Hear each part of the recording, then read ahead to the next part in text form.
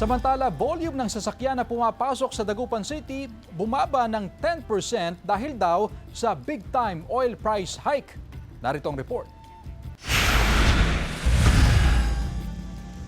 Ramdam daw ng pamunuan ng Public Order and Safety Office ang pagbaba ng volume ng mga sasakyan na pumasok sa downtown Dagupan ngayong araw. Ayon sa hepe ng Poso, tinatayang bumaba ng 10% ang bilang ng mga sasakyan na bumiyahe sa lungsod kaninang umaga. Posible raw na epekto ito ng pagtaas ng presyo ng produktong petrolyo na ipinatupad ng ilang gasolinahan nitong weekend kahit pa hindi autorisado. Kung makikita mo yung tapwak natin, Burgos natin, halos walang traffic.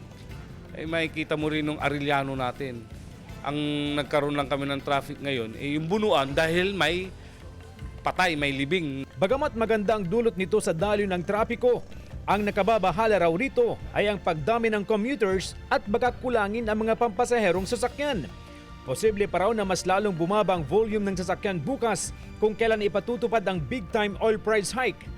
Ngayon pa lang nagbabala na ang Poso sa mga tsuper na maniningil ng sobra sa kanilang mga pasahero, lalo na sa mga driver na mga pumapasadang tricycle. Baka overcharging naman, sobra. Kaya open ang office natin, open ang Poso.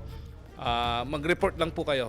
Aminado ang mga tricycle driver at operator na pasakit sa kanila ang pagsipa ng presyo ng petrolyo. Pero kailangan pa rin nilang sumunod sa itinagdang fare matrix ng lokal na pamahalaan. Pag tinasan namin yung pamasahe, overcharge, makakakuha kami sa puso. Baka maalisan pa kami ng prangkisa.